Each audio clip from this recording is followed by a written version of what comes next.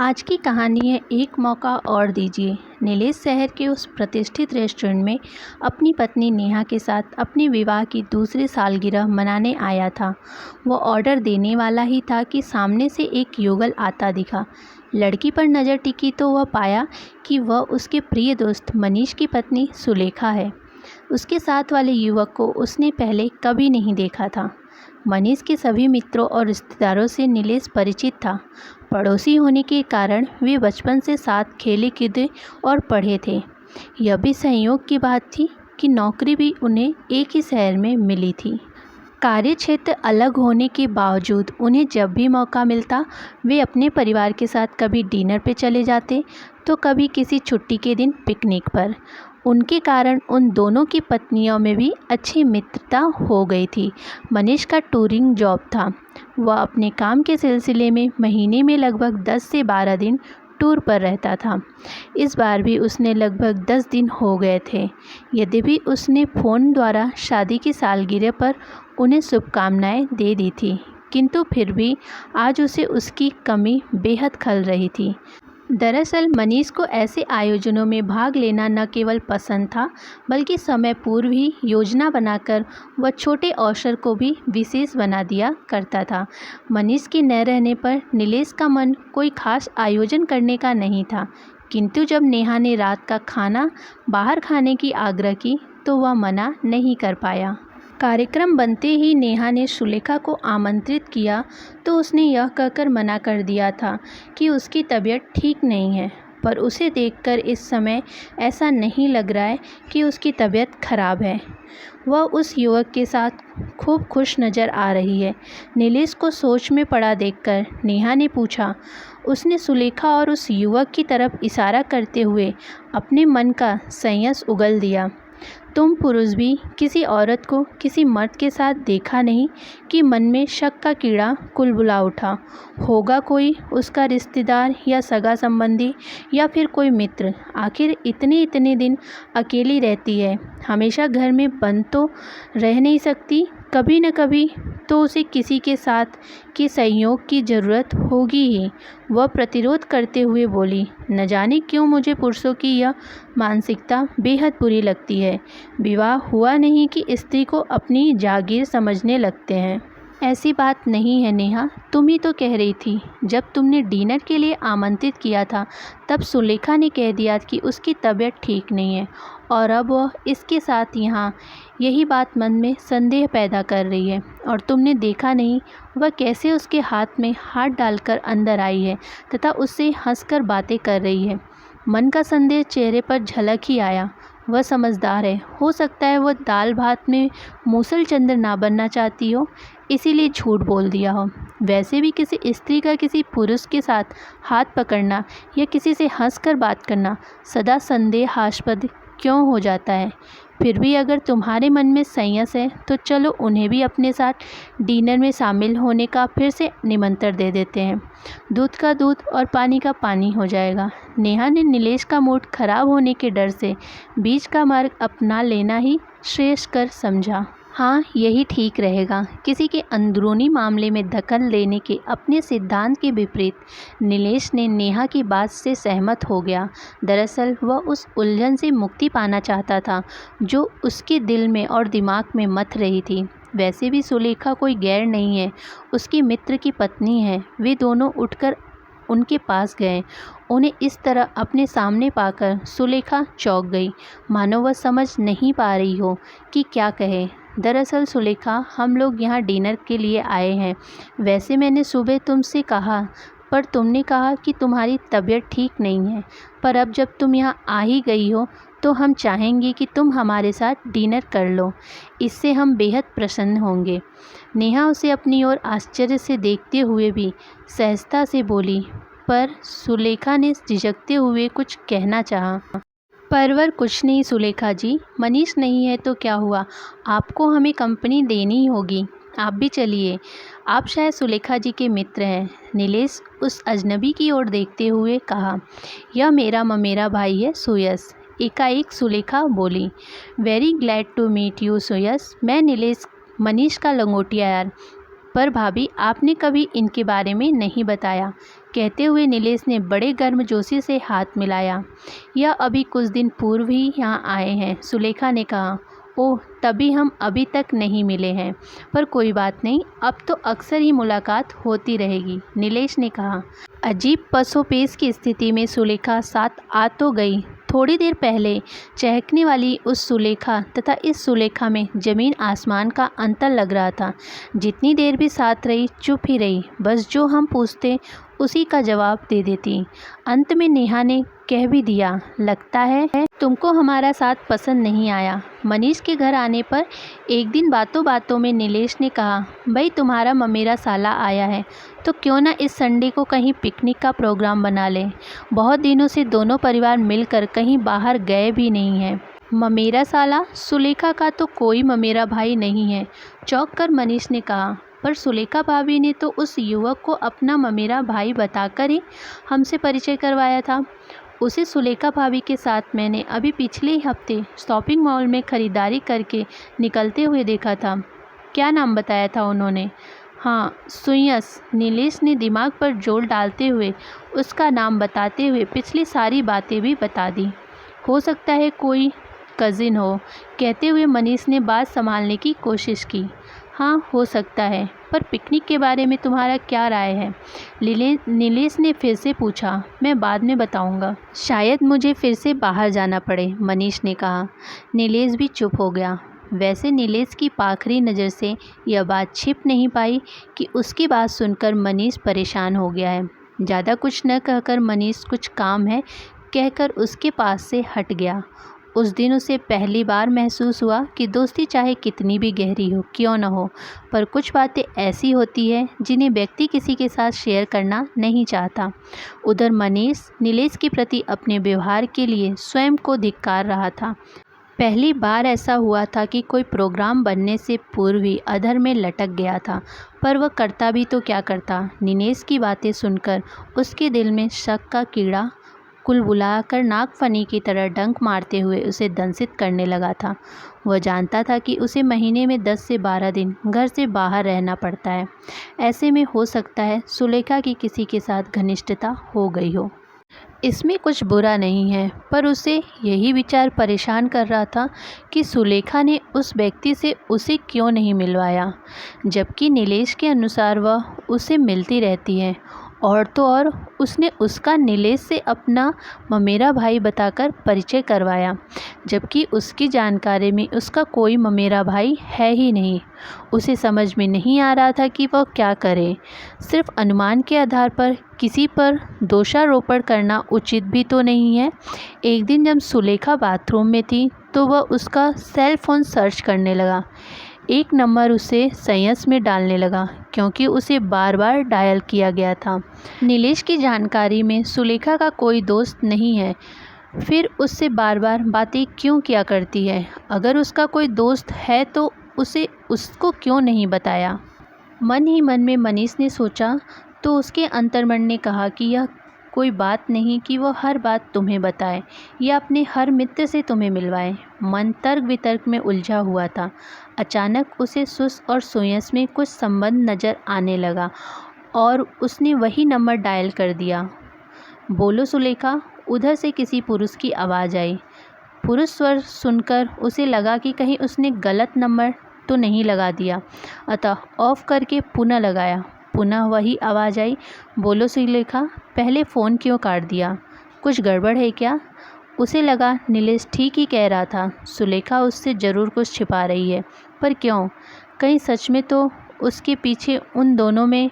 अभी यह सोच ही रहा था कि सुलेखा नहाकर आई, उसके हाथ में मोबाइल देखकर बोली, कितनी बार कहा है मेरा मोबाइल मत छुआ करो, मेरे मोबाइल से कुछ नंबर डिलीट हो गए थे, उन्हीं को तुम्हारे फ़ोन से अपने मोबाइल में फ़ीड कर रहा हूँ। न जाने कैसे ये शब्द उसकी ज़बान से फिसल गए। अपनी बात को सिद्ध करने के लिए वह ऐसा ही करने लगा जैसा उसने कहा था। इसी बीच उसने दोनों आउटगोइंग कॉल जो सुस को किए थे उन्हें भी डिलीट कर दिया, जिसे अगर वह सर्च करे तो उसे पता न चले। अब संदेह बढ़ गया था, पर जब तक सच्चाई की तह में नहीं पहुंच जाए तब तक वह उसे कुछ भी कहकर संबंध बिगाड़ना नहीं चाहता था। उसकी पत्नी का किसी के साथ गलत संबंध तथा वह उससे चोरी छिपे मिला करती है, यह बात भी वह सह नहीं पा रहा था। न जाने उसे ऐसा क्यों लगने लगा कि वह नामर्द तो नहीं, तभी उसकी पत्नी को उसके अलावा भी किसी अन्य के साथ की आवश्यकता पड़ने लगी। तुम इतने दिन बाहर टूर पर रहते हो, अपने एकाकीपन को भरने के लिए सुलेखा किसी के साथ की चाह करने लगे तो इसमें क्या बुराई है? अंतर्मन ने पुनः प्रश्न किया। बुराई संबंध बनाने में नहीं बल्कि छिपाने में है। अगर संबंध साफ पाक है तो छिपाना क्यों, किस लिए? शायद इसीलिए तुम ऐसे संबंध को स्वीकार न कर पाओ। सदा संदेह से देखते रहो। क्या मैं तुम्हें ऐसा लगता हूँ? नए जमाने का हूँ। स्वस्थ दोस्ती में कोई बुराई नहीं है, सब कहने की बात है। अगर ऐसा होता तो तुम इतने परेशान न होते, सीधे सीधे उससे पूछ नहीं लेते। पूछने पर मन का शक सही निकल गया तो सह नहीं पाऊँगा, अगर गलत निकल गया तो क्या मैं उसकी नज़रों से गिर नहीं जाऊँगा? जल्दीबाजी क्यों करते हो? शायद समय के साथ कोई रास्ता निकल ही आए। हाँ, यही ठीक रहेगा। इस सोच ने तर्क वितर्क में डूबे मन को ढांढस बंधाया। उसके विवाह को 10 महीने हो चले थे। वह अपने पीएफ में उसे नॉमिनी बनाना चाहता था। उसके लिए सारी औपचारिकताएं पूरी कर ली थी, बस सुलेखा के साइन करवाने बाकी थे। एक एलआईसी भी खुलवाने वाला था, पर इस एपिसोड ने उसे पूरी तरह हिलाकर रख दिया। अब उसने सोच समझकर कदम उठाने का फैसला कर लिया। ये भी पढ़े क्यों? आखिर क्यों? यद्यपि सुलेखा पहले की तरह सहज सरल थी, पर मनीष के मन में पिछले घटनाओं के कारण हलचल मची हुई थी। एक बार सोचा कि किसी प्राइवेट डिटेक्टिव को तैनात कर सुलेखा की जासूसी करवाए, जिससे पता चल सके कि वह कहाँ, कब और किससे मिलती है। पर जितना वह इसके बारे में सोचता, बार बार उसे यही लगता कि ऐसा करके वह अपनी निजी ज़िंदगी को सार्वजनिक कर देगा। आखिर ऐसी संदेह हास्यास्पद जिंदगी कोई कब तक बिता सकता? अतः पता तो लगाना ही पड़ेगा, पर कैसे, समझ नहीं पा रहा था। हफ्ते भर में ही ऐसा लगने लगा कि वह न जाने कितने दिनों से बीमार है। सुलेखा पूछती तो कह देता कि काम की अधिकता के कारण तबीयत ढीली रह रही है। वैसे भी सुलेखा का उसकी चिंता करना दिखावा लगने लगा था। आखिर जो स्त्री उससे छिपकर अपने मित्र से मिल रही हो, वह भला उसके लिए चिंता क्यों करेगी? उस दिन मनीष का मन बेहद अशांत था। ऑफिस से छुट्टी ले ली थी।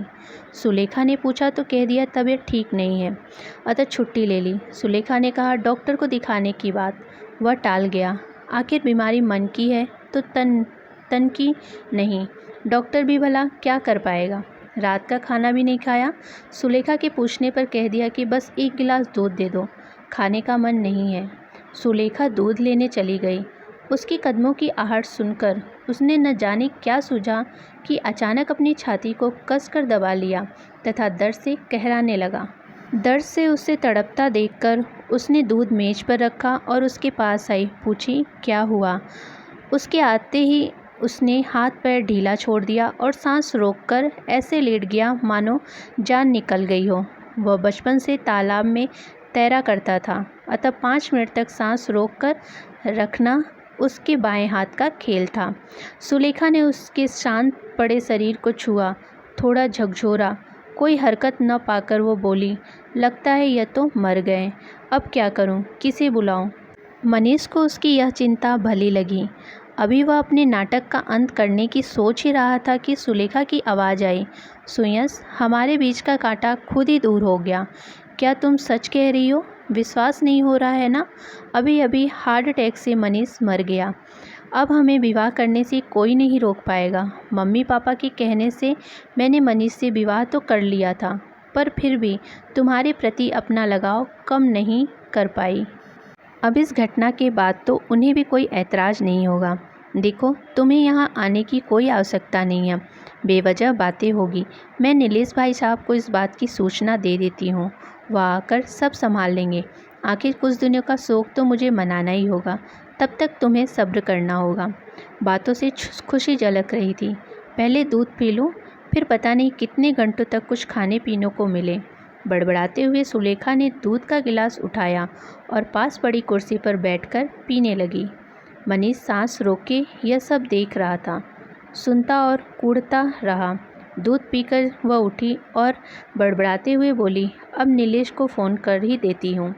उसे फ़ोन मिला ही रही थी कि मनीष उठकर बैठ गया। तुम जिंदा हो? उसे बैठा देखकर अचानक सुलेखा के मुंह से निकला। तो क्या तुमने मुझे मरा समझ लिया था? मनीष बोला, डार्लिंग, मेरे शरीर में हलचल नहीं थी, पर दिल तो धड़क रहा था। लेकिन खुशी के अतिरिक्त तुम्हें नब्ज देखने या धड़कन सुनने का भी ध्यान नहीं रहा। तुमने ऐसा क्यों किया सुलेखा? जब तुम किसी और से प्यार करती थी तो मेरे साथ विवाह क्यों किया? तो क्या तुमने सब सुन लिया? कहते हुए धम से बैठ गई। हाँ, तुम्हारी सच्चाई जानने के लिए मुझे यह नाटक करना पड़ा था। अगर तुम उसके साथ रहना चाहती थी तो मुझे एक बार कह देती, मैं तुम दोनों को मिला देता। पर छिप छिप कर उससे मिलना क्या बेवफाई नहीं? 10 महीने मेरे साथ एक ही कमरे में मेरी पत्नी बनकर गुजारने के बावजूद आज अगर तुम मेरी नहीं हो सकी तो क्या गारंटी है कल तुम उससे भी मुंह नहीं मोड़ लोगी? या सुयस तुम्हें वही मान सम्मान दे पाएगा जो अपनी प्रथम विवाहित पत्नी को देता? ज़िंदगी एक समझौता है, सबको सब कुछ नहीं मिलता। कभी कभी हमें अपनों के लिए समझौता करने पड़ते हैं। फिर तुम जब अपने माता पिता के लिए समझौता करते हुए मुझसे विवाह किया तो उस पर अड़ी क्यों नहीं रह पाई? अगर उन्हें तुम्हारी इस भटकन का पता चलेगा तो क्या उनका सिर शर्म से नीचा नहीं हो जाएगा? मुझे माफ़ कर दो मनीष, मुझसे बहुत बड़ी गलती हो गई। सुलेखा ने उसके कदमों पर गिरते हुए कहा, अगर तुम इस संबंध को सच्चे दिल से निभाना चाहती हो तो मैं सब कुछ भूलकर आगे बढ़ने को तैयार हूँ, और अगर नहीं तो तुम स्वतंत्र हो। तलाक के पेपर तैयार करवा लेना, मैं बेहिचक हस्ताक्षर कर दूंगा, पर इस तरह की बेवफाई कभी बर्दाश्त नहीं कर पाऊंगा। उसी समय सुलेखा का मोबाइल खनखना उठा। सुयस, आइंदा से तुम मुझे फ़ोन मत करना और न ही मुझसे मिलने की कोशिश करना। मेरे वैवाहिक जीवन में दरार डालने की कोशिश अब मैं बर्दाश्त नहीं करूंगी। कहते हुए सुलेखा ने फ़ोन काट दिया था और रोने लगी। उसके बाद फ़ोन की घंटी दोबारा बजी, पर सुलेखा ने नहीं उठाया। रोते हुए बार बार मुझसे एक ही बात निकल रही थी, प्लीज़ मनीष, एक मौका और दे दो। अब मैं कभी कोई गलत कदम नहीं उठाऊंगी। उसकी आंखों से निकलते आंसू मनुष्य के हृदय को हलचल पैदा कर रहे थे, पर मनीष की समझ में नहीं आ रहा था कि वह उसकी बात पर विश्वास करे या नहीं। जो औरत उसे पिछले 10 महीने से बेवकूफ़ बना रही थी, और तो और जिसे उसकी अचानक मौत इतनी खुशी दे गई कि उसने डॉक्टर को बुलाकर मृत्यु की पुष्टि कराने के बजाय अपने प्रेमी को मृत्यु की सूचना ही नहीं दी, अपने भावी जीवन की योजना बनाने से भी नहीं चूकी, उस पर एकाएक भरोसा करे तो कैसे करें? और जहाँ तक मौके का प्रश्न है, उसे एक और मौका और दे सकता है। आखिर उसने उससे प्यार किया है, पर क्या वह उससे वफा कर पाएगी या फिर वह उस पर विश्वास कर पाएगा? मन में इतना आक्रोश था कि वह बिना सुलेखा से बात किए करवट बदलकर सो गया। दूसरा दिन सामान्य तौर पर प्रारंभ हुआ। सुबह की चाय देने के बाद सुलेखा नाश्ते की तैयारी करने लगी तथा वह पेपर पढ़ने लगा। तभी दरवाजे की घंटी बजी और दरवाज़ा मनीष ने खोला। सामने किसी अजनबी को खड़ा देखकर वह चौंका, पर उससे भी अधिक वह आगंतुक चौंका। वह कुछ कह पाता इससे पहले ही मनीष जैसे सब कुछ समझ गया और सुलेखा को आवाज़ देते हुए अंदर चला गया, पर कान बाहर ही लगे रहे। सुलेखा बाहर आई। सुयस को वहाँ खड़ा देखकर वह चौंक गई। वह कुछ कह पाता इससे पहले ही तीखे स्वर में सुलेखा बोली, जब मैंने कल तुमसे मिलने या फ़ोन करने के लिए मना कर दिया था, उसके बाद भी तुम यहाँ मेरे घर आने की हिम्मत कैसे हुई? मैं तुमसे कोई संबंध नहीं रखना चाहती। आइंदा मुझसे मिलने की कोशिश मत करना। सुयस का उत्तर सुने बिना सुलेखा ने दरवाज़ा बंद कर दिया और किचन में चली गई। आवाज़ में कोई कंपन या हिचकिच नहीं थी। वह नहाने के लिए बाथरूम गया तो सब कुछ यथा स्थान पर था। तैयार होकर बाहर आया तो नाश्ता लगाए सुलेखा उसका इंतज़ार कर रही थी। नाश्ता भी उसका मनपसंद था, आलू के पराठे और मीठी दही। ऑफिस जाते समय उसके हाथ में टिफ़िन पकड़ाते हुए सुलेखा ने सहज स्वर में पूछा, आज आप जल्दी आ सकते हैं? रिजेक्ट में बाबुल लगी है, अच्छी पिक्चर है, देखूंगा न चाहते हुए भी मुंह से निकल गया। गाड़ी स्टार्ट करते हुए मनीष सोच रहा था कि वास्तव में सुलेखा ने स्वयं को बदल लिया या फिर दिखावा करने की कोशिश कर रही है। सच्चाई जो भी हो, एक मौका उसे अवश्य देना होगा। तो फ्रेंड्स, कहानी अच्छी लगी हो तो वीडियो को लाइक, शेयर एंड सब्सक्राइब जरूर कीजिएगा। धन्यवाद।